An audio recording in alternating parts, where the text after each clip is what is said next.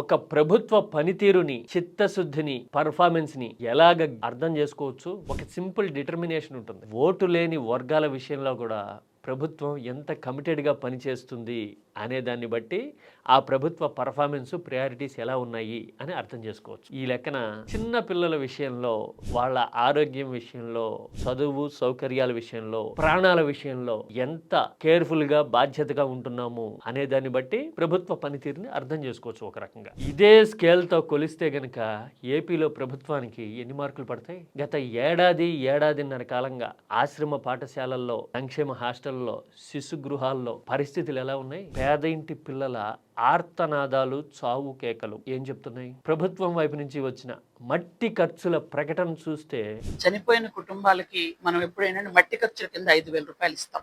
పిల్లలున్న ప్రతి ఒక్కరికి గుండె తరుక్కుపోతుంది. రాజకీయ ముసుగులు, జెండాలు పక్కన పడేయండి, అవి ఎప్పుడైనా వేసుకోవచ్చు.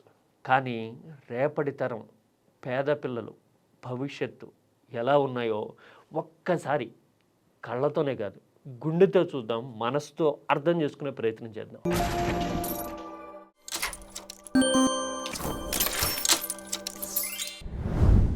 సంక్షేమ హాస్టళ్లలో దిగజారిపోతున్న పరిస్థితి. కురుపాం లాంటి చోట్ల ప్రాణాలు టపటప రాలిపోతున్న స్థితి.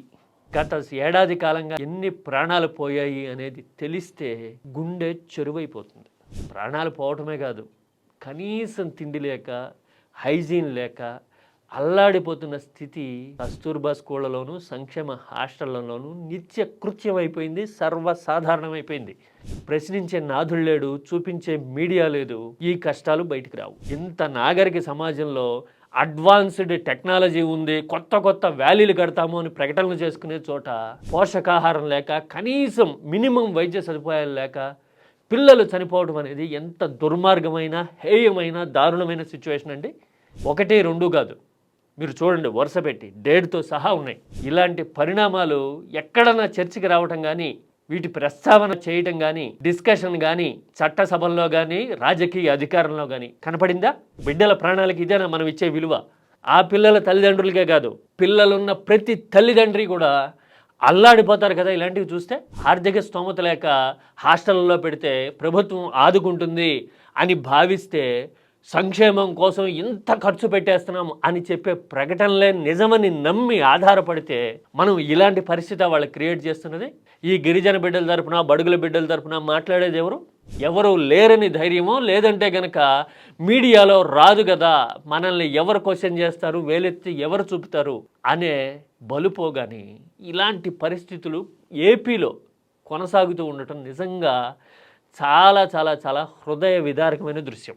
ఏపీ ఏమి పిల్లలకి అన్నం పెట్టలేనంత దిగజారిన స్థితిలో ఉన్న రాష్ట్రం ఏమీ కాదు, నిజం కదా. ఆఖరికి శిశు గృహాల్లో కూడా, శిశు గృహాలంటే చాలామందికి తెలుసో లేదో, పేద పిల్లలు పసికందులను తీసుకొచ్చి ఆ శిశు గృహాల్లో పెడితే ప్రభుత్వం సాగుతుంది సామాజిక బాధ్యతగా, పిల్లల్ని పెంచలేని తల్లిదండ్రుల తరపున. అలాగా మేము పెంచలేం మర్రో అని చెప్పి ఒక పసిగుడ్డుని శిశు గృహాల్లో పెడితే ప్రాణం పోయింది. ఎందుకు అంటే ఒంట్లో బాగాలేదుట, ట్రీట్ చేసే పరిస్థితి, అడ్రస్ చేసే సిచ్యువేషన్ లేదు. ఏంటంటే పండగ, సెలవులు, రకరకాల కబుర్లు, అధికారుల నిర్లక్ష్యమనే రాతలు. అధికారులు అలా ఉంటే మరి సూపర్విజన్ ఏమైంది? వ్యవస్థ ఎందుకు పనిచేయలేదు? ప్రాణం పోతే తిరిగి వస్తుందా? ఇది కదా పాయింట్. ఇలాంటివి చూసినప్పుడే మనం చేసుకునే ప్రచారాలేమో ఉవ్వెత్తుని ఎగసి ఆకాశాన్ని తాకుతున్నట్టుగా కనపడతాయి. మన బతుకులు, మన పరిస్థితులు, మన రాష్ట్రంలో వాస్తవ ముఖ చిత్రాలు అధపాతాళంలో ఉన్నాయి అని అర్థమవుతుంది. మరి ఇలాంటివి ఎందుకు జరుగుతూ ఉంటాయి?